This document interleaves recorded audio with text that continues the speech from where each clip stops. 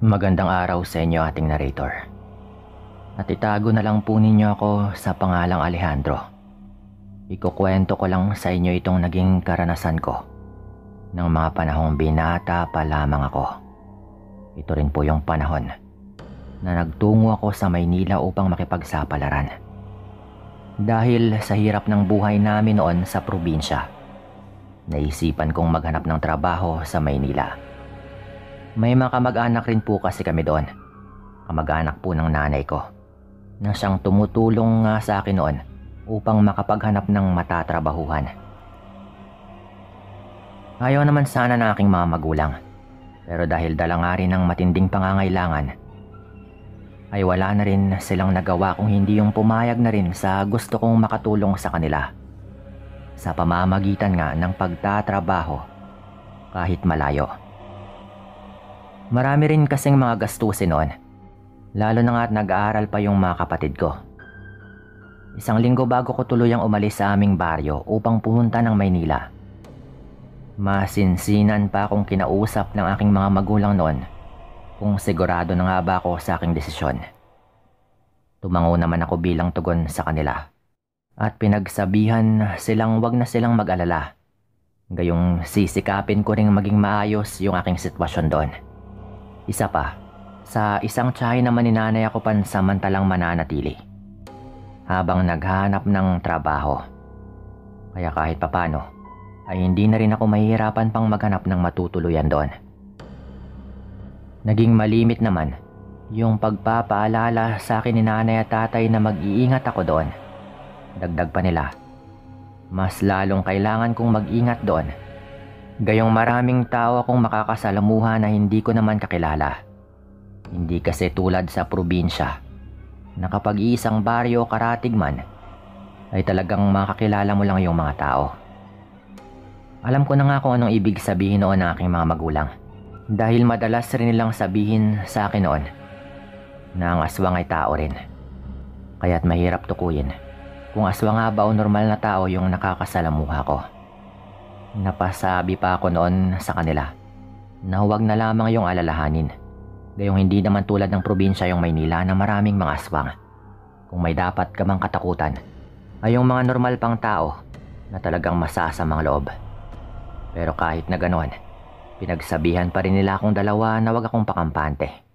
At kahit saan daw ay posibleng merong aswang, at hindi lamang sa probinsya. Hindi na lamang ako nagsalita noon at minabuti ko na lang na makinig sa kanila. Nang dumating nga yung araw ng aking pag-alis sa aming probinsya, nakitaan ko nga ng lungkot yung mukha ng aking mga magulang. Pinalalahanan nila ako na talagang mag-ingat. Nagaran ko na lang ding tinanguan. Bago nga ako tuluyang umalis sa aming bahay, may binigay pa sa akin yung tatay ko noon. Maliit na bote yun na merong laman. Kaya't napatanong ako sa aking ama kung ano nga ba yun. Tinugunan naman niya ako na yung bote daw na yun ng langis ay ibinigay pa ng kanyang kaibigang manggagamot. Dagdag pa nito, magagamit ko raw yun habang nasa biyahe ako. Gayong pwede ko raw yung gawing gamot pang pahid kapag may naramdaman akong sakit o hindi maganda sa aking katawan. Inakala kong yun lang yung sasabihin nito, pero meron siyang idinagdag na bisa ng naturang langis. Ayon pa kay tatay, makakatulong daw yun sa akin na matukoy kung may aswang ba sa aking paligid. O kaya ay kung aswang nga yung aking mga nakakasalamuha. Huwag ko lamang daw iwawala yon at nang hindi rin ako mapahamak sa aking paglalakbay. Nagpasalamat naman ako sa aking ama noon at inilagay na lamang sa aking bulsa yung naturang bote at tuluyan na rin akong umalis noon sa bahay. Nagsimula nga yung aking pagbiyahe noon. Kahit malungkot, ay hindi ko na lamang inisip pa yung aking nararamdaman dahil mas naisip kong makakatulong ako sa aking mga magulang. Habang nasa biyahe nga noon, hindi ko maiwasan yung makaidlip. Naging maayos naman yung pagbiyahe noon hanggang sa makarating na nga ako sa daungan ng barko. Nasasakyan ko patungong Maynila. Nung naroroon na nga ako, Hindi ko alam pero bigla akong kinabahan nang makitang maraming tao roon. Pero kahit na ganon, nanatili lang akong kalmado at nagpatuloy sa aking kagustuhan na makapunta ng Maynila. Nang nakasakay na nga ako ng barko, napakapa ako sa aking bulsa ng aking pantalon. Gayong may nararamdaman akong tila umiinit doon. Naghanap pa nga ako ng mapupwestuhan noon upang makaupo. Kinabahan rin agad ako nang maalala ko yung bote ng langis na ibinigay sa akin ni tatay. Kinuha ko naman ito upang tignan kung ano nga bang nangyayari. At nang makuha ko na nga sa aking bulsa yung bote na iyon, nanlaki yung aking mga mata nang makitang kumukulo yun. Nagpalinga-linga ako sa paligid noon upang tignan yung mga tao. Hindi ko akalaing magiging tama nga yung aking ama na hindi nga lang sa mga probinsya uso yung mga aswang. Dahil doon, nagmatsyag na lamang ako sa paligid. Lalo na't hanggang sa mga oras na yon ay hindi pa rin nawawala yung pagkulo ng naturang langis. Hindi ko rin maiwasan yung magpalinga-linga sa paligid at isa-isang tignan yung mga taong nakapalibot sa akin. Hanggang sa hindi ko inaasahan noon ay meron akong napansin na isang matandang lalaking nakaupo at nakatingin sa aking gawi. Matalim yung titig nito sa akin na animoy galit. Napaiwas ako noon ng tingin sa takot na baka aswang nga ito at kung ano pa yung gawin. Nanatili na lamang ako noon sa aking pwesto at nagkunwaring may ginagawa dahil ramdam ko na nakatingin pa rin sa akin yung matandang lalaking yon, kaya't ganoon na lang din yung kabang aking nararamdaman. Naging kampante lang ako noong kumalma nga yung pagkulo ng langis sa bote. Inilinga ko kaagad yung aking tingin at napansing wala na sa kinauupuan nito yung matandang lalaki. Naging maingat na lamang ako noon dahil hindi ko alam kung ano yung pwedeng gawin noon kung sakaling tama nga ako ng kutob na ito nga yung aswang at ito yung dahilan kung bakit kumukulo yung langis sa bote na aking dala. Dahil hindi ko alam kung ilang araw o oras noon yung magiging biyahe ko patungong Maynila, hindi nga ako noon mapakali. Halos minu-minuto ay napapamasid ako sa paligid, lalo na sa bote ng langis na aking dala. Kapag kumukulo yun ay hinahanap ko rin agad yung matandang lalaki gayong batid ko na malapit lang din yung aswang sa akin. Pero hindi ko naman yun nakikita.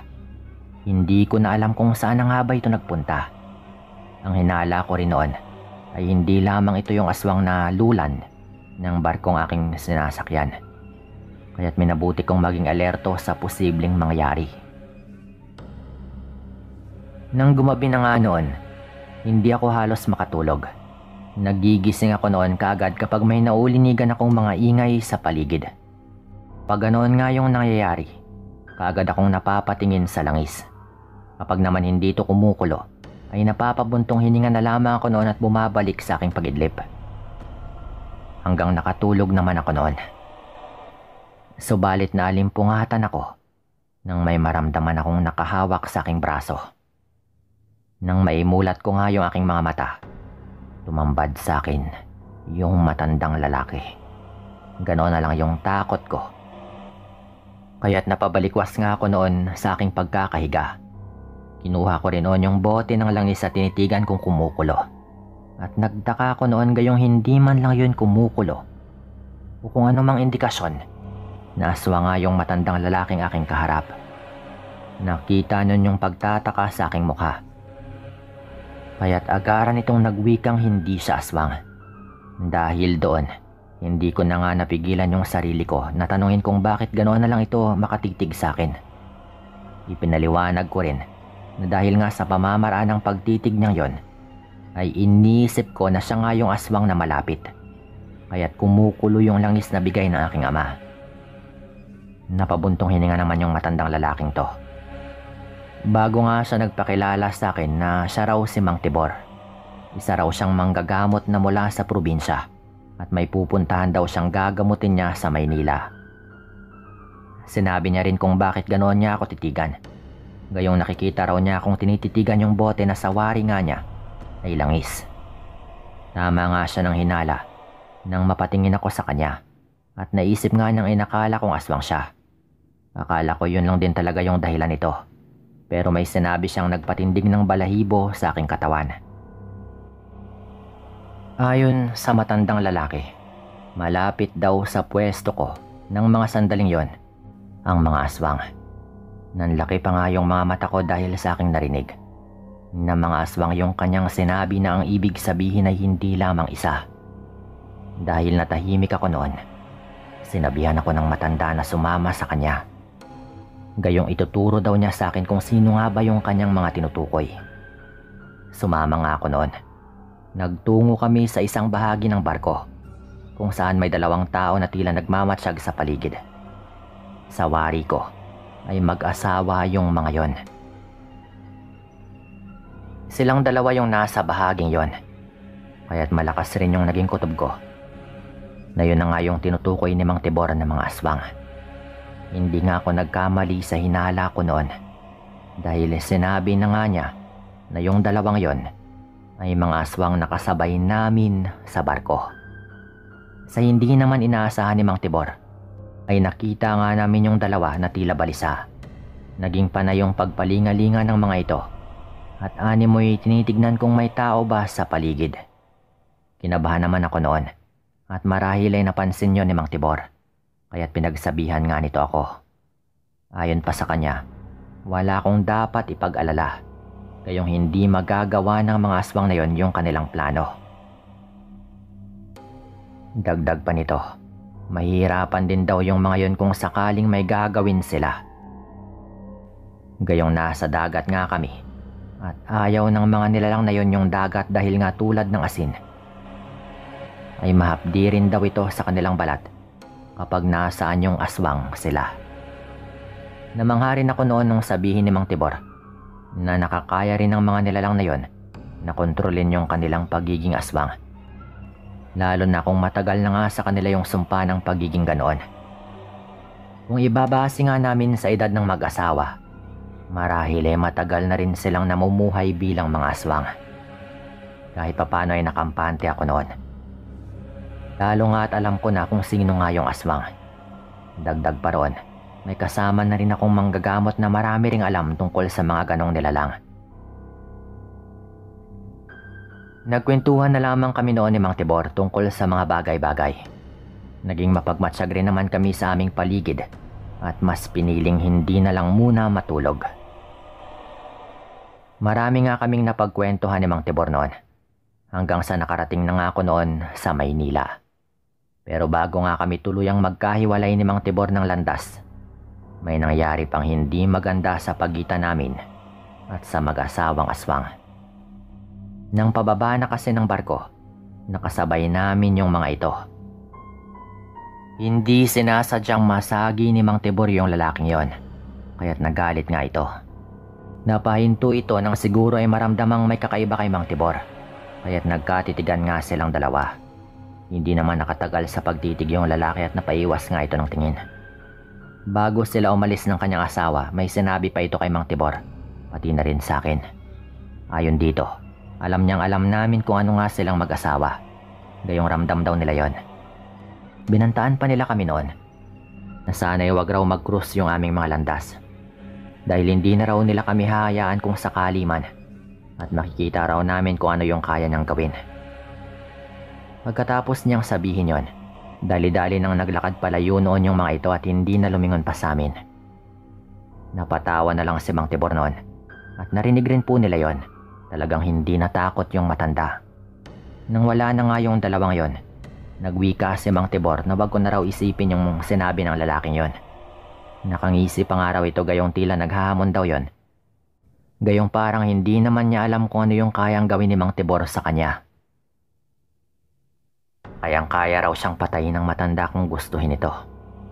Bago naman kami magkahiwalay ni Mang Tibor noon, meron pa nga itong ibinigay na kwintas na ayon sa kanya ay isuot ko raw upang magsilbing proteksyon ko laban sa mga masasamang elemento. Tinanggap ko naman po yon at nagpasalamat sa matanda. At pagkatapos nun ay naghiwalay na nga kaming 2 gayong iba nga yung landas na kanyang pupuntahan sa aking pupuntahan. Dumiretso naman ako noon sa bahay ng aking tiyahin kung saan nga pansamantalang titira. Sa kabutihang palad naman ay nakarating ako ng ligtas sa kanila.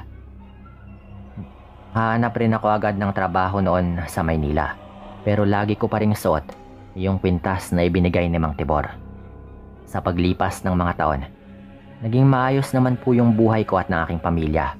Kahit papano ay nakaraos naman po kami. Dito ko na rin ito tatapusin at maraming salamat po.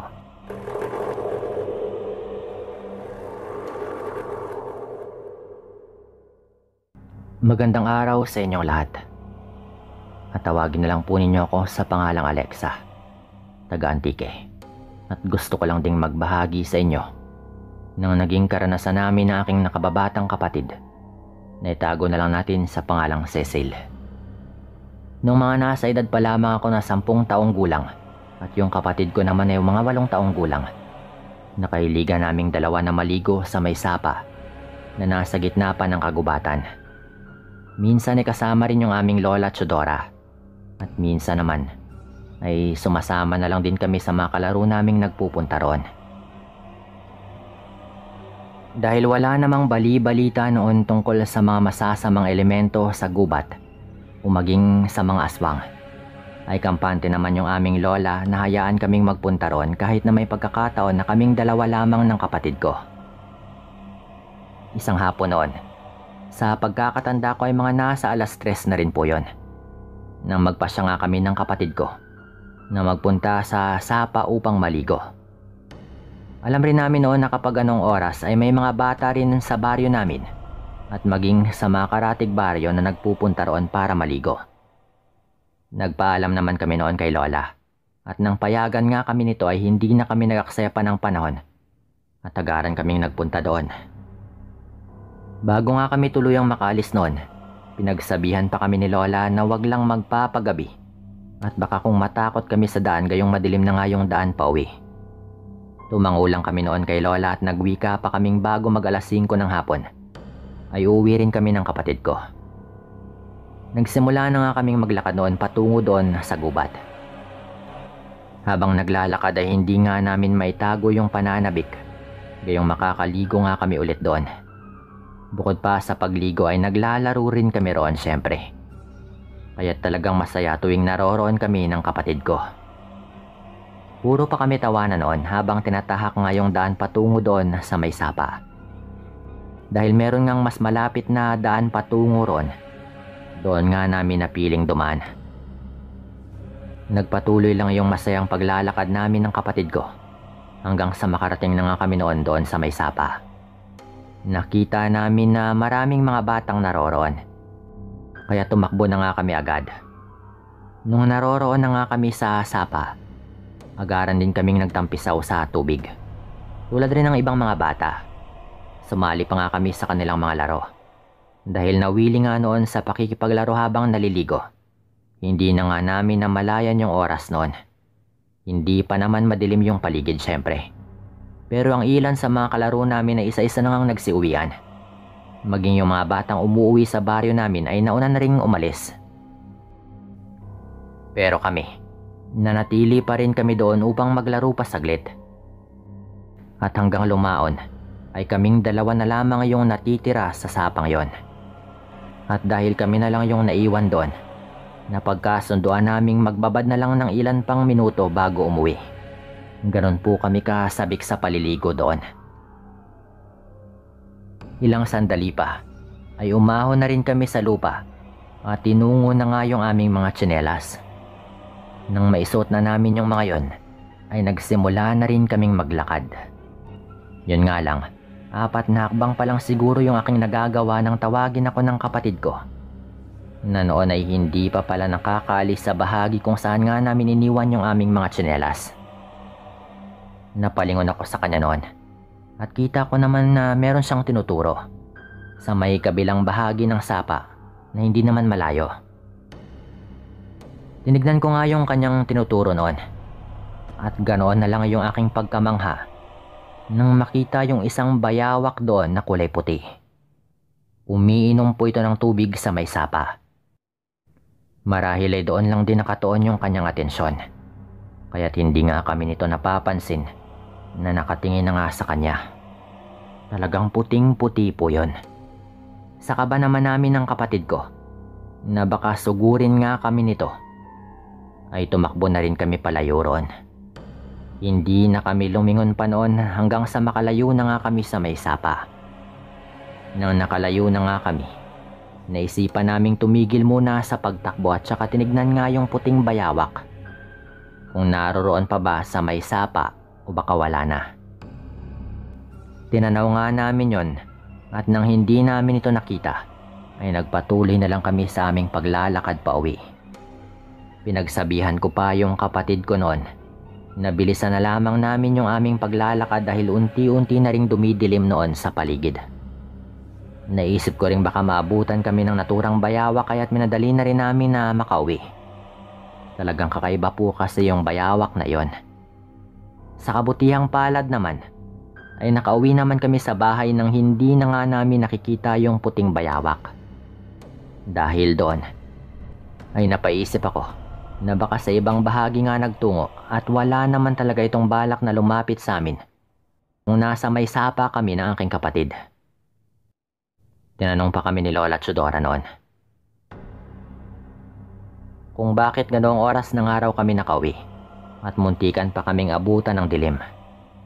Dahil doon ay hindi na nga namin nilihim pa sa kanya yung tungkol sa puting bayawak na kumuha ng atensyon naming dalawa. Kaya rin natagalan nga kaming umuwi. Nang marinig nga ni Lola Chudora yung kwento naming magkapatid, sinabihan niya kaming kapag nakita ulit namin yung naturang bayawak, ay wag na lang naming pansinin. Binalaan pa niya kaming wag kaming lalapit doon at maging sakta nito ay iwasan rin naming dalawa. Hindi ko napigilan yung mapatanong noon kay Lola at sinabi nitong yung mga ganong kulay ng bayawak daw ay marahil matatanda na kaya mas mabuting pabayaan na lamang. Huwag lang daw kaming lumapit sa mga yon dahil kahit na may edad na rin daw yung mga ganoong hayop ay malalakas pa rin daw yung mga ito at may kabilisan. Tumangulang kami noon bilang pagsang-ayon. Akala namin na yun lang din yung sasabihin ni Lola. Pero nagulat kami nang magwika pa ito. Ayon sa kanya, may mga pagkakataon din kasing iba yung interpretasyon sa puting bayawak. May mga nagsabing marahil ay engkanto daw o alaga ng mga engkanto. Pero may ilan din na baka kampon umano ng mga aswang. Nakaramdam kami ng takot nang banggitin ni Lola yung tungkol sa aswang. Nagtaka naman ako noon. Kaya't naitanong ko nga sa kanya kung paano malalamang posibleng aswang nga yung isang hayop. Gayong nasabi niya rin na kaya ng mga aswang yung mag-anyong hayop. Napalunok ako noong magsimulang magsalita si Lola. Tila hindi ko naman masyadong naintindihan yung mga sinabi nito. Nang marinig ko nga sa kanya na kapag merong mapupulang mga mata, ang isang hayop na animoy nagbabaga daw, ay posibleng aswang daw yon. Naalala ko kasi yung naturang bayawak na napansin ko rin na merong mapupulang mga mata. Napansin nga ni Lola Chudora noon yung pananahimik ko, kaya't nagtanong siya kung ano nga ba yung aking problema. Napailing na lang ako noon at sinabing wala naman gayong nakikinig lang ako sa kanya kahit yung totoo naman ay wala nga akong naintindihan sa kanyang sinabi. Hindi nga nawala sa isipan ko noon yung mapupulang mga mata ng bayawak. Napaisip nga ako noon na marahil ay baka aswang nga yun. Pero agad din akong napapailing dahil tinatakot ko lamang yung aking sarili. Nasundan pa nga yung pagpunta namin sa sapang yon. Pero hindi na rin namin nakita yung naturang bayawak. Kaya't kahit papano ay unti-unti ko na rin nalilimutan yung tungkol doon. Hanggang isang gabi nga noon, yun nga yung araw na hindi ko makakalimutan. Nagpunta nga kami noon sa sapa upang makapaglaro at maligo. Nang makarating nga kami doon, tulad ng aming inaasahan, may ilang mga kabataan rin yung naroroon. Agaran nga kaming naligo doon. At talagang tinamasa yung sayang dulot ng aming paliligo at paglalaro. Nung lumaon ay nag-uwian na rin yung iba naming mga kalaro. Ngunit may dalawa pa kaming kalaro na naiwan doon. Ayon sa mga ito, sasabay na lang din daw sila sa amin kapag uuwi na rin kami sa aming baryo. Nagpatuloy naman kaming apat sa aming paglalaro. Naisipan pa nga naming magtagu-taguan malapit lang sa sapa dahil may mga iilan na malalaking bato rin yung naroroon na kahit papano ay pwede ring mapagtaguan. Nagsimula na nga kaming maglaro noon ng tagu-taguan. At dahil hindi nga kami taya ng kapatid ko, naisip naming iisa lang kami ng pagtataguan. At nang meron nga kaming nahanap ay doon nga kami nagtago. Mula sa aming pinagtataguan ay natatanaw namin yung dalawa naming kalaro. Lalo at malapit lang sa kinaroroonan ng taya nagtago yung isa pa naming kasama. Nang matapos nga sa pagbibilang yung taya, ay nagsimula na nga siyang maghanap. Habang naghahanap nga ito, ay natatawa na nga kami sa mga kilos nun. Hindi pa man niya nakikita noon yung isa naming kasama, ay napansin nga namin na merong papalapit sa kanyang kinatatayuan. Nakatalikod ito, kaya't hindi niya marahil napansin yung puting bayawak na mabilis na naglalakad patungo sa kanyang direksyon. At yung tawa nga namin nung una ay biglang napalitan ng pangamba. Dahil sa takot na baka may kung anong mangyari sa aming kalaro. Dahil sa tingin nga namin ng kapatid ko ay baka atakihin siya nun, lumabas na nga kami sa aming pinagtataguan. Sinigawan namin siyang tumakbo na paalis doon. At yun naman yung kanyang ginawa. Napalingon pa nga siya noong sabihin naming may humahabol sa kanyang bayawak. Kaya't natalisod po ito sa may bato at natumba. Napatakbo naman yung isa naming kasama gayong natakot rin ito na baka maging siya ay lapitan ng naturang bayawak. Mabilis yung tumakbo palayo, pero hindi siya hinabol ng puting bayawak dahil nakatuon lamang yung pansin nito sa kalaro naming natumba. Mabilis niyang nilapitan yung kalaro naming yon, kaya't napasigaw na rin yon dahil sa kaba. Tumakbo na rin kami noon habang may dalang bato na maaari naming ibato sa puting bayawak. Hindi na nga namin inisip yung babala noon ni Lola tungkol sa hayop na yon dahil naisip naming iligtas yung aming kalaro at baka mapahamak nga ito. Nang makalapit na nga yon sa aming kalaro, sinubukan niyang sunggaban yon. Mabuti na lang at nagawa ring makaiwas ng kalaro namin at mabilis rin siyang tumayo. At tumakbo na nga ito palayo sa puting bayawak. Sinalubong na lang namin siya ni Cecil noon. At nang makalapit na nga ito sa amin ay magkakasama kaming binato nga yung puting bayawak na humahabol sa kanya kanina. Natamaan po namin yon. Kaya't nagawa niyang huminto ng halos ilang minuto rin. Wala itong naging sugat. Sa mata po yun tinamaan at mukhang hindi naman malubha. Pero marahil ay nasaktan rin po yon. Ginamit na lang namin yung pagkakataong yon para tumakbo na rin palayo. Dahil medyo padilim na nga rin yung paligid, binilisan namin yung aming pagtakbo gayong takot rin kaming baka abutan kami ng naturang bayawak. Nang makalayo na nga kami at wala kaming naririnig na sumusunod sa amin, naisipan naming huminto para saglit na makapagpahinga. Nagwika naman yung aming kalaro kung nakita raw ba namin yung mapupulang mata ng bayawak na yon. At noon din ay binanggit rin ito na baka aswang daw talaga yon. Kaya't nasa panganib raw kami. Walang ano-ano ay nakarinig kami ng mabibilis na mga pagyabag. Kaya inakala namin na yung puting bayawak na yon. Tumakbo na lang kami ulit hanggang sa may narinig na nga kaming malakas na mga pag-angil. Hindi na kami lumingon pa noon hanggang sa makalabas na nga kami sa gubat. At madilim na rin ang mga sandaling yon. Nang makalayo na nga kami sa gubat na yon, napalingon kami at dahil maliwanag nga yung buwan, ay nakita naming may malaking aso na nakatingin sa amin mula roon. Walang ano-ano ay parang dumapa po ito. At napagtanto namin na yung malaking aso ay siya rin yung puting bayawak naming nakita sa may sapa. Minabuti na lang din naming umuwi noon sa bahay namin at ikwinento kay Lola yung mga nangyayari.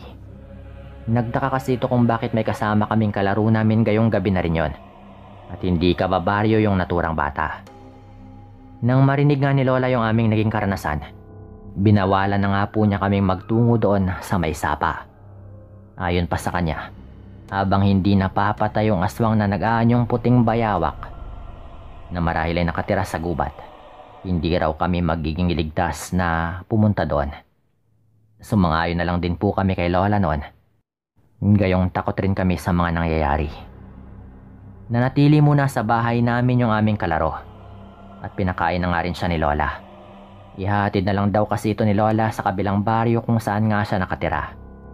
Di na rin nagawa yun ni Lola nang may dumating na kalalakihan sa aming bahay at duguan yung mga yon at sinusundo nga nila yung aming kalaro.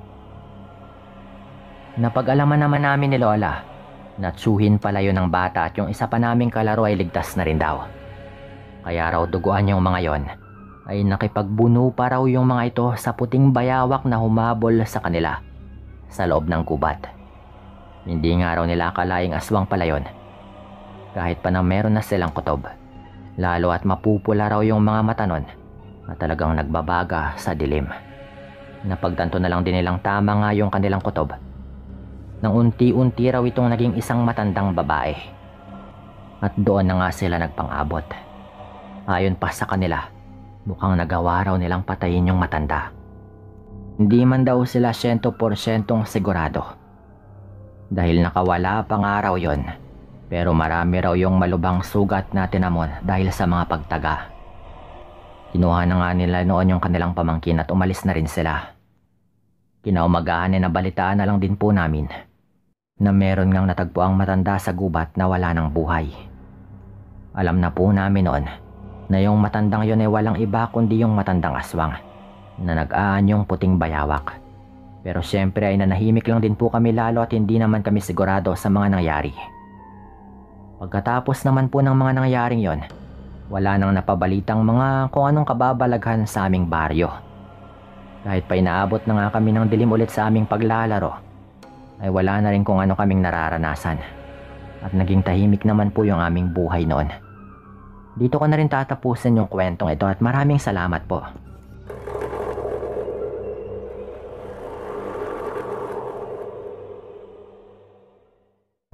Sana ay magustuhan ninyo itong kwento ko na ito. Bago ko simulan ay magpapakilala po muna ako sa inyo.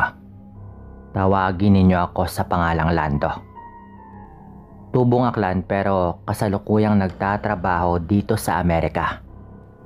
Maglilimang taon na rin ako dito. Pero yung ibabahagi kong kwento ay nangyari noong 1989. Parehong taon kung kailan ako nag-asawa. Nakatira kami sa parte ng Aklan na malapit sa mga bundok. Kaya medyo malayo talaga kami sa Kabiasnan. Malayo kami sa Kalibo, na tinuturing nga na parang sentro ng probinsya namin. Maswerte na noon kung makapunta kami sa Kalibo ng mga 10 pagkakataon sa loob ng isang taon. Bihirang-bihira lang. Dahil wala ring pang pamasahe at abala kami araw-araw sa pagbabanat ng buto para may raos ang pang-araw-araw na gastusin. Ang asawa ko ay tawagin po nating Mayang. Wala pa kaming anak noon dahil hindi pa kami handa. Nagpakasal lang kami dahil pareho na kaming nasa legal na edad. At nagsasama na rin naman kami noon kaya mas maigi na rin magpakasal. Ang pinaka-pinagkukunan namin ng pera noon ay ang pag-uuling. Kagubatan din kasi banda sa amin, kaya marami rin talagang kahoy na pwedeng gamitin sa pag-uuling. Medyo mura lang din po noon pero ayos lang basta makaraos po kami. Yung kinalalagyan namin ay meron namang kalapit na mga ibang bahay. 2. Malapit pero hindi yung tipong halos magkatabi na talaga. Kung baga mga ilang metro lang din ang distansya sa amin. Na maituturing na rin naman talaga naming kapitbahay. Yung ikinabubuhay po nila ay pangangahoy din at pag-uuling. Kaya minsan nagkakasabay pa nga po kami sa gubat sa paghahanap ng mga kahoy. Masaya po kami sa ganon. Masukal yung gubat kaya mas maigi din talaga at mas masaya kung merong mga kasama. Madalas kong kasama noon si Mang Puloy at ang isa pa naming kapitbahay na tawagin din nating Mang Boy. Itong si Mang Puloy at si Mang Boy, yung talagang parang naging kaibigan ko na rin kahit mas matanda nga yung mga ito sa akin. Kung minsan maaga pa kaming umaalis at hapon na kami babalik. Sinasabay na nga rin namin ang pangangaso. At madalas doon po kami nagluluto sa gubat. Isa yon sa pinakagusto kong gawin. Madalas iniipon lang namin ang mga kahoy at binabalik-balikan lang namin lalo at mabigat yon. Bawal naman kasi na doon kami gumawa ng ulingan sa loob ng gubat.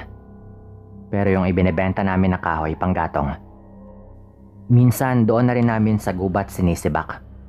At tinatali lang namin yon at nilalagay sa sako para mas madali ngang bitbitin lahat.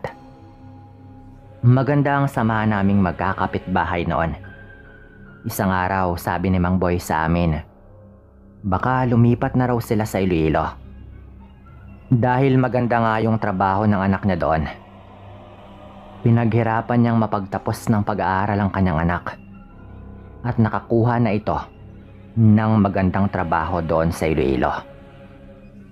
Nakapag-ipon na rin ito. Kaya gusto raw nito na lumipat na sila doon. Ang sabi ni Mang Boy noon, mukhang buo na rin daw yung loob ng kanyang asawa. Kaya balak daw nila na yung tatay na ni Mang Boy yung patirahin sa bahay nila dahil talagang lilipat na sila. Yung tatay ni Mang Boy nasa kabilang barangay, pero baka lumipat na raw nga doon sa barangay namin. Lalo at kasama pa raw ng tatay nila yung isa pang kapatid ni Mang Boy na medyo may problema daw sa pag-iisip dahil dati nga raw itong na-addict sa pinagbabawal na gamot. Kaya nasira ang utak. Ang sabi lang ni Mang Boy sa amin noon, ituring daw sana namin ang tatay niya at ang kanyang kapatid sa kung paano din namin siya itinuring bilang kapitbahay.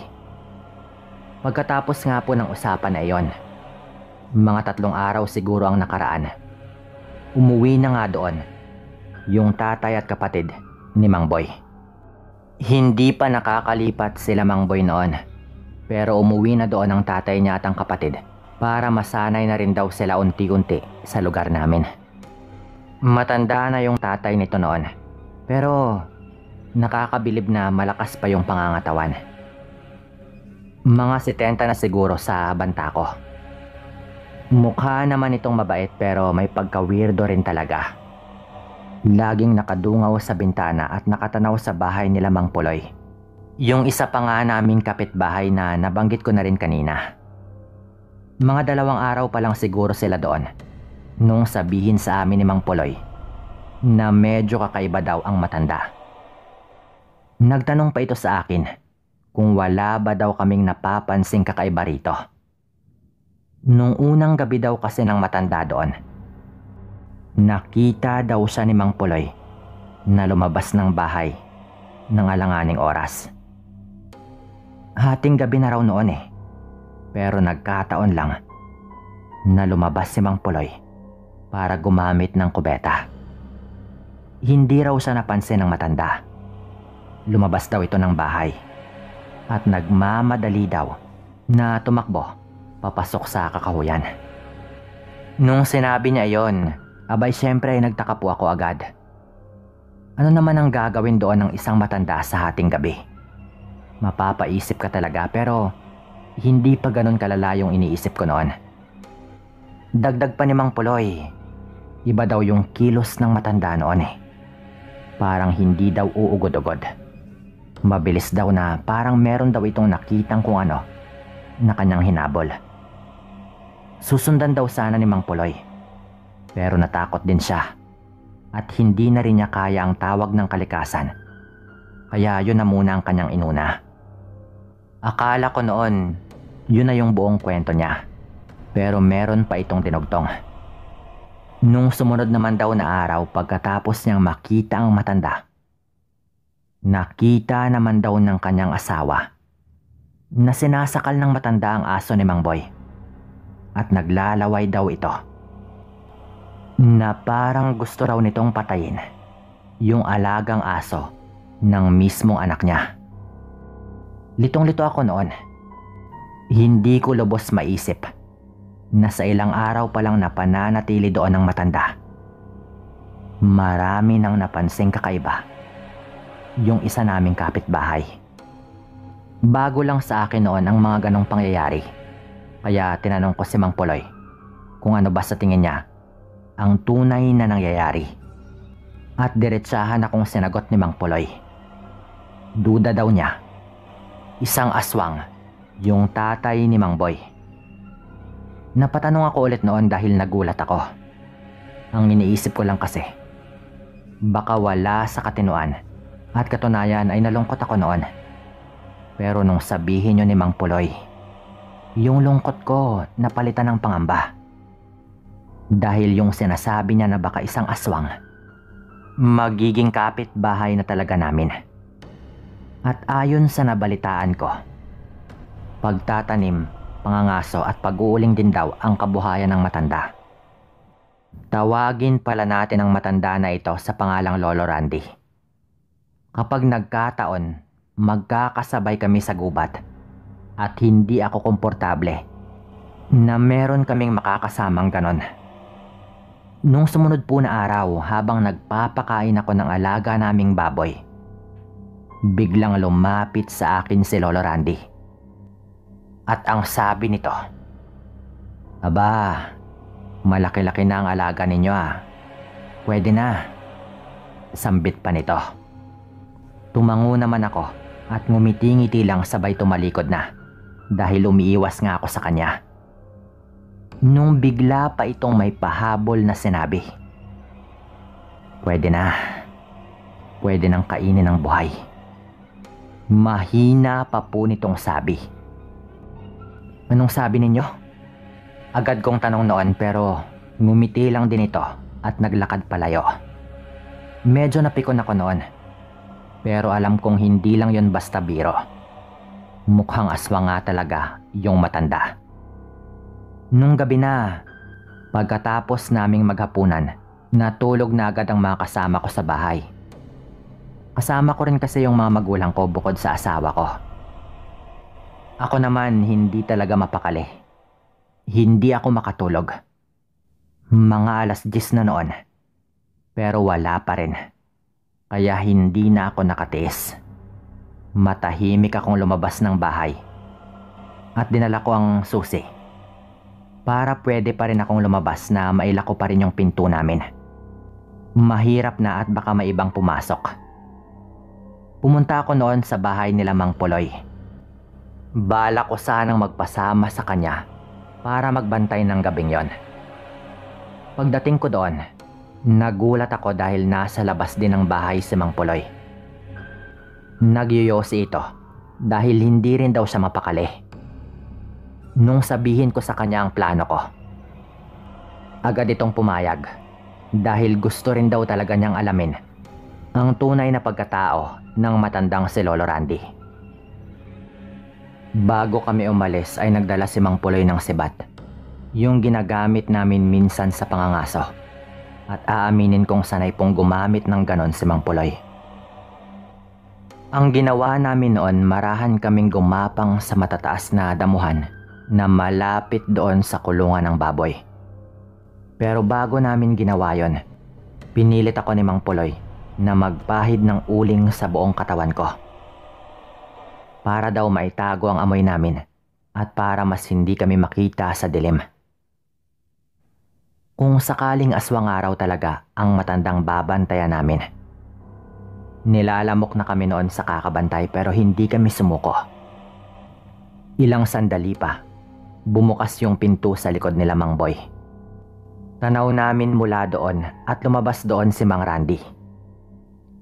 Nang mangyari yon, agad po akong kinabahan. Mukhang tama talaga kami. Palingon-lingon ito sa paligid na parang sinisiguradong walang tao. Maliwanag rin yung buwan noon. Ang ikinagulat namin, medyo tumabi ito sa mga nakatumpok na kahoy na parang nagtatago. Pero sa pwesto po namin, kitang-kita pa rin ito. Naghubad din ito ng damit. Talagang hubot-hubad. At pagkatapos nun, may hawak itong bote at yung laman nun, pinahid niya sa kanyang buong katawan. Parang langis. Tapos ang hindi ko makakalimutan, dumapa yung matanda sa lupa na parang gumagapang. Hindi na sobrang kita dahil natatabunan na ng mga talahib. Pero doon pa lang sa paraan niya ng paggapang, talagang kikilabutan ka na. Ilang sandali pa. Muntik na akong mapasigaw noon. Nung mula sa kinalalagyan ng matanda, biglang merong tumalon na isang malaking hayop. Kulay itim yon na may kalakihan. Hindi na yon makita ng maayos pero yung tumatak sa akin, yung mga mata ng hayop, napakapula kaya mas lalo kang kikilabutan sa anyo nito. Biglang tumakbo yung hayop dire-diretso malapit sa kulungan ng baboy namin. Nanginginig yung tuhod ko noon. Halos maihina ako sa kaba. Pagkat yung itsura ng hayop, sobrang nakakatakot. Tandaan natin na nandoon lang sana kami para magmatsyag. Hindi namin inaasahan na yun yung makikita namin. Yung hayop na ito, marahang tinutungo ang kulungan ng baboy namin. Sa punto na iyon, hinawakan ako sa likod ni Mang Puloy na parang sinasabi niya na dumapa lang ako at wag akong gumalaw. Madalas niyang gawin sa akin yon kapag nangangaso kami. Kaya alam kong balak talaga nitong gamitin ang hawak-hawak niyang sibat. Yung hayop na ito na ilang metro na lang sa amin ay talagang kakaiba. Parang aso pero mas pahaba yung bunganga at yung tenga. Nung agad yung tumalon at tumungtong sa taas ng kulungan, alam na naming balak talagang kainin nun ang alaga naming baboy. Doon na nang ibabaw ang emosyon sa akin. Dahil napakahalaga sa amin ang alaga namin. Lalo at malapit na yung ibenta. Napatayo ako noon at napasigaw. Doon na tumalon ulit sa lupa yung hayop at napalingon sa direksyon namin. Nagulat din yata ito pero nag-aangil pa rin. Bago pa man ako makagawa ng kahit ano, tumayo na si Mang Puloy at agad niyang sinubukang patayin yung hayop gamit yung kanyang sibat. Tinamaan yon pero mabilis talaga na nakaiwas yon sa malubhang tama. Parang dinaplisan lang sa kanyang likuran. Doon na ako sumigaw talaga ng buong lakas na meron ngang aswang. Ang bilis po ng hayop kong tumakbo na hindi na agad namin nasundan kung saan yun nagpunta. Pero agad naming tinumbok ang bahay nila Mang Boy. Lumabas naman ito agad. At sinabi namin sa kanya na nakita namin ang tatay niya na nagpalit ng anyo. At tinuro pa namin yung damit na naiwan ito nung hinubad niya iyon. Nagtataka si Mang Boy noon na halatang galit din sa pinagsasabi namin. Bumalik ito sa loob ng bahay nila at tinawag ang kanyang ama. Ang sunod na naming narinig noon ay sumisigaw na si Mang Boy na galit na galit. Tay, bakit kami sugat? At bakit wala kang saplot? At nandyan ka pa galing sa bintana? Totoo ba? Aswang ka ba? Totoo ba? Sigaw noon ni Mang Boy na galit na galit. Mukhang naabutan niya ang sarili niyang ama. Nagwala ito at parang pinagbabato ang mga gamit. Ilang sandali pa, lumabas na ulit si Mang Boy at nakiusap na umuwi na raw kami at siya na ang bahala. Halatang hiyang-hiya ito at galit na galit din sa kanyang ama. Nung umuwi na nga kami, naririnig pa rin talaga namin na galit si Mang Boy at nagwawala.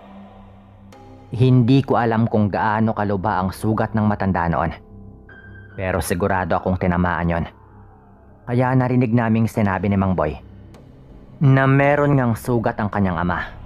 Matagal-tagal din bago tumigil yung pagwawala ni Mang Boy. Kinaumagahan yan, pumunta sa bahay si Mang Boy. Ang sabi nito, kami na lang daw pala ang bahala sa kanyang bahay. Dadalhin daw niya ang tatay niya sa Iloilo at susubukan yung ipagamot. Hindi na raw sila babalik pa sa lugar namin. Pero sana daw, wag na naming ipagsasabi pa kahit kanino. Nung diretsahan ko siyang tinanong kung aswang ba talaga ang kanyang tatay. Tinignan ako sa mata ni Mang Boy at tumango ito. Humingi siya ng pasensya. May mga sinabi na raw sa kanya ang kanyang kapatid noon. Tungkol nga sa kanilang ama. Pero dahil may problema nga sa pag-iisip noon ng kanyang kapatid, ay hindi daw siya naniwala. Ang sabi pa nito, baka isa pa raw pala yon sa mga dahilan kung bakit lalong nasiraan ng bait ang kanyang kapatid. Malamang ay nauna raw nitong nalamang aswang ang kanilang ama. Nung araw din na iyon, umalis na nga agad sila Mang Boy. Kasama niya pati ang kanyang ama na hindi man lang makatingin ng diretsyo sa amin noon. Niwala ngang sinabing kahit ano. Yung bahay nila, hinayaan lang namin. Walang tumira hanggang nawasak na lang ang bubong nun. Hinding-hindi namin makakalimutan ang lahat ng mga nangyari noon. Sa banta ko, malamang hindi rin nagamot yung tatay ni Mang Boy. Dito ko na rin po siguro tatapusin yung kwento kong ito. Maraming salamat sa lahat ng mga makikinig dito. Paalam.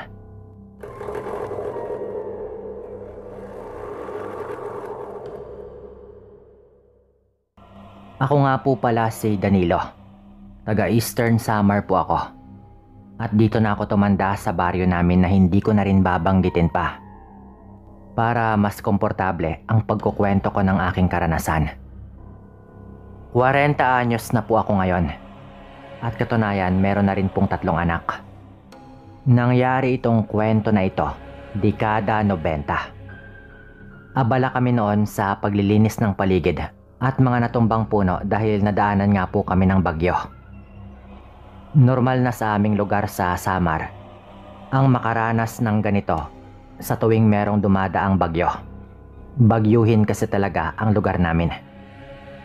Maswerte namang kaunti lang yung wasak na nangyari sa bahay namin. Dahil medyo matibay naman yung pagkakagawa ng bahay.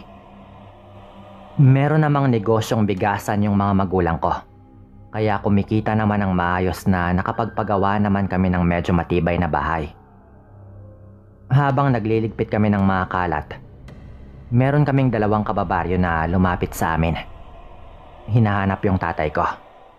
Nung tinawag ko naman yung tatay ko, doon ko nalaman na gusto palang umutang ng pera ng 2 kababaryo na iyon. Umiiyak sila noon. Lalo at mas malapit sa dagat ang kanilang mga bahay, kaya nawasak talaga.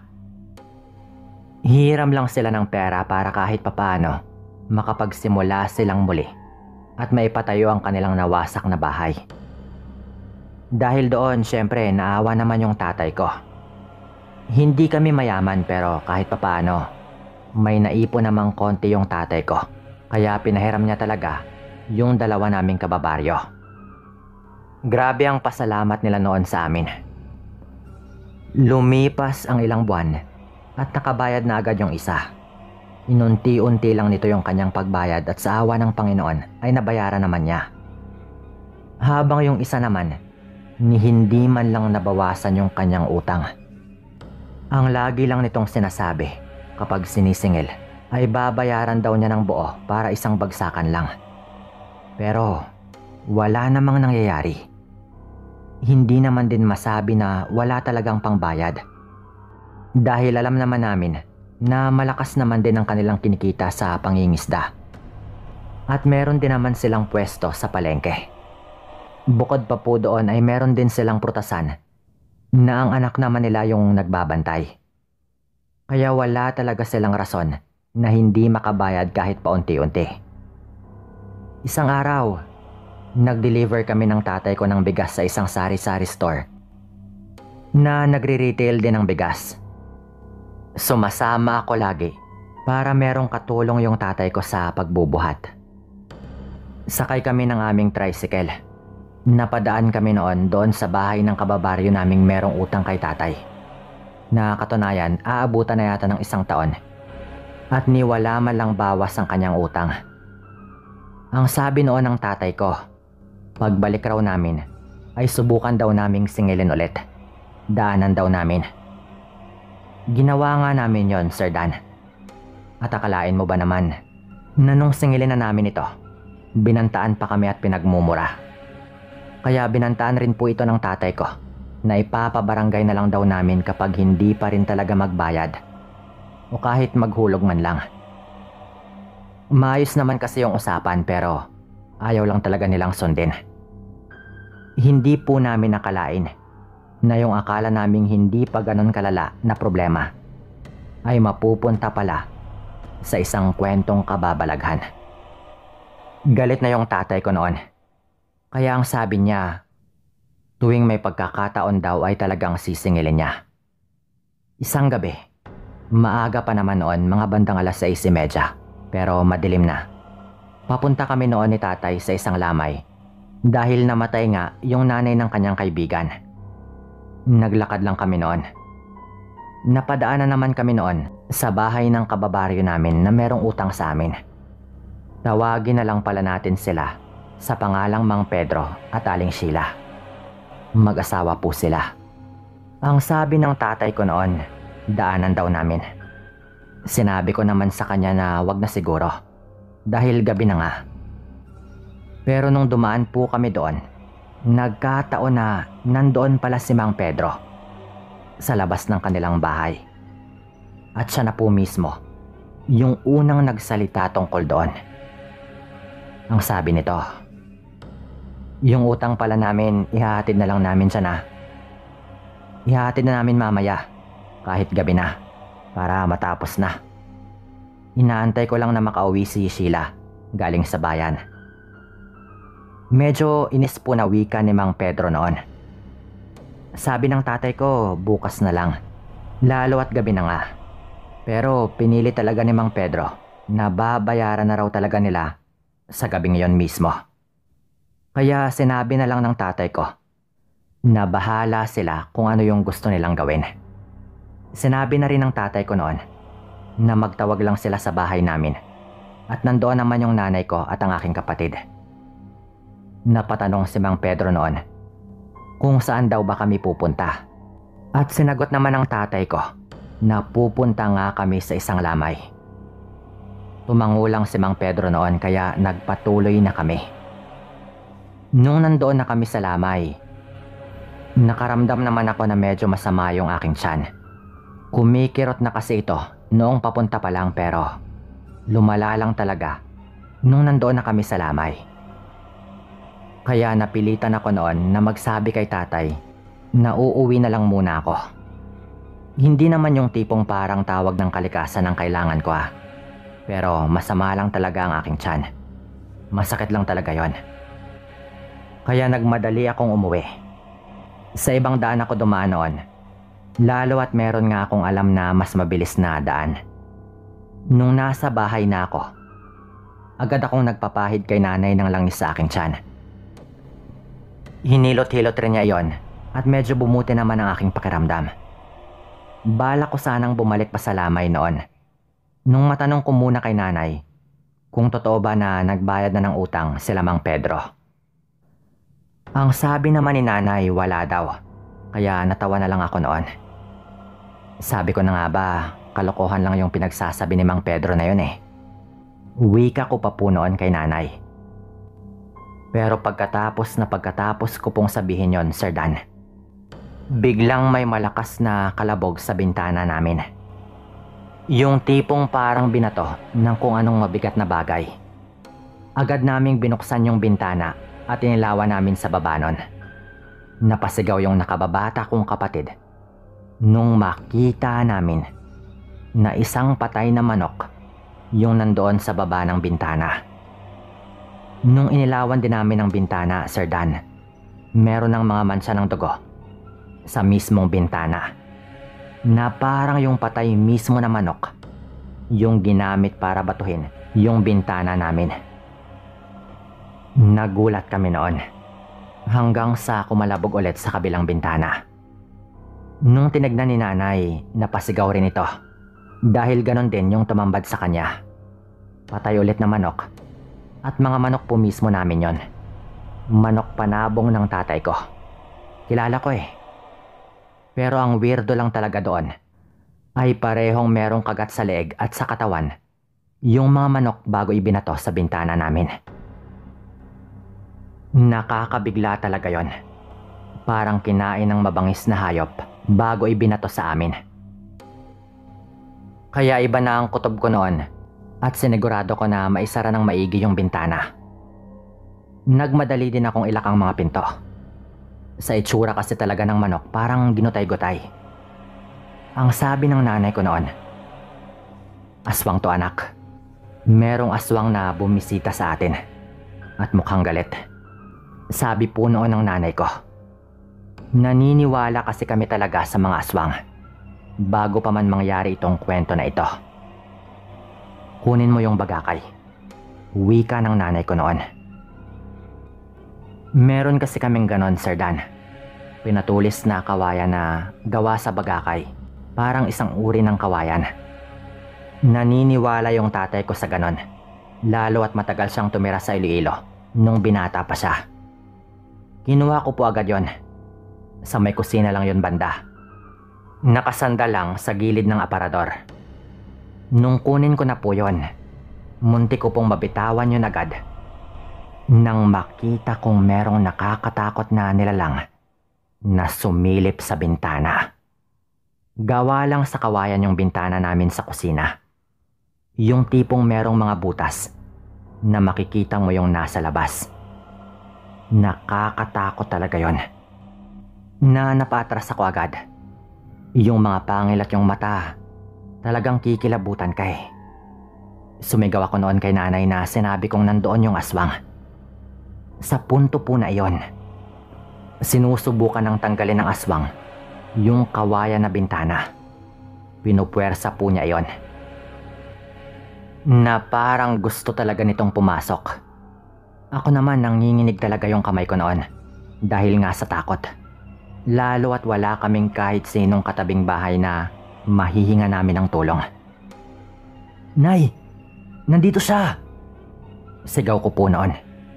Tumakbo naman doon si nanay at ang aking kapatid.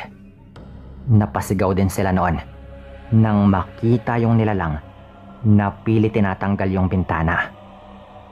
Doon na po inagaw ng nanay ko sa akin ang bagakay. At dali-dali niyang sinubukang saksakin yung aswang gamit yon. Kasya kasi yun doon sa mga butas sa bintana. Abala po yung aswang sa pagtanggal sa bintana na hindi niya inaasahan ang gagawin ng nanay ko. Nakita ko mismo na nasugatan ni nanay yung aswang bago yun tumigil sa pagsubok na tanggalin yung bintana. Pero agad po yung umalis doon banda sa bintana. Maya-maya pa, yung pinto naman po namin sa likod yung kanyang kinakalampag. Agad po namin yung hinarangan ng mesa at ng mga upuan. Pinupwersa niya iyon. Nag-aangil pa yun na parang asong ulol. Galit na galit. Talagang gusto nitong makapasok. Kumuha na rin ako agad ng kutsilyo. At desidido po ako noon na lumaban. Sakto naman po noon na natanggal yung aming doorknob at nakapasok na po yung kamay ng aswang. Tinulak agad ni nanay at ng kapatid ko yung mesa para maipit yung kanyang kamay. Ako naman po, umakyat ako doon sa mesa at sinaksak ko ng makailang ulit yung kamay ng aswang. Dahilan para hilahin niya po ulit yon palabas. Galit na galit yung aswang nang mangyari yon, na mas lalo niyang tinutulak pabukas yung pinto. Pero mas nagulat kami nung sumigaw po yung nilalang sa labas na yun daw yung kabayaran niya sa kanyang utang sa amin. Nagawin daw kaming biktima sa gabing yun mismo. Ganon po talaga mismo yung sinabi niya, na ikinagalit namin dahil alam na namin kung sino nga ba yung aswang. Ang sabi ng nanay ko noon, buksan ko daw yung pinto at sabuyan daw namin ng asin. Tapos, kapag nangyari na raw yon, tutusukin daw niya ng bagakay. Napakatapang po talaga ng nanay ko. Pero bago pa man namin magawa yon, narinig na namin yung boses ng tatay ko. Kasunod po nun ay ang putok po ng baril. Isang putok pa lang po, kumaripas na yung nilalang palayo. Nagdadala kasi talaga ng baril yung tatay ko kapag umaalis ng gabi. Binuksan namin yung pinto noon pero sabi ng tatay ko, susundan daw niya yung aswang. Mabuti na lang daw at umuwi siya dahil hindi rin daw pala siya mapakali. Meron na raw palang nangyayari sa amin. Susundan nga sana ng tatay ko noon. Pero yung nakababata kong kapatid, iyak na ng iyak na pinipigilan niya yung tatay ko. Alam na po naming si Mang Pedro, yung hayop na yon. Kaya kinaumagahan, pinabarangay po agad ni tatay. Pero doon rin namin nalaman na umalis na pala ito ng baryo at doon daw muna maghahanap buhay sa Mindanao. Pinuntahan ni tatay noon si Aling Sheila at tinanong ng harapan pero itinanggi po yun ni Aling Sheila na meron siyang alam. Pero ang sabi niya, nung gabi daw na iyon, umuwi raw na duguan si Mang Pedro at nagmadali daw itong umalis. Nang mapansin ng tatay ko na parang wala talagang kalamalam si Aling Sheila, hindi na po nito diretsong sinabi yung duda namin na baka aswang yung kanyang asawa. Hanggang sa lumipas na lang din po yung mga isang buwan at nabalitaan na lang din po namin na lumipat na rin pala sa Mindanao sila Aling Sheila. Nang dahil lang po sa utang, muntik pa kaming mapahamak. Nagpapasalamat ako noon at napakatapang talaga ng nanay ko. Siya lang po yung naging kalmado ng gabi na iyon. Ito po yung kwento namin, Sir Dan. Maraming salamat po kung mapili ito. At maraming salamat din sa lahat ng mga makikinig.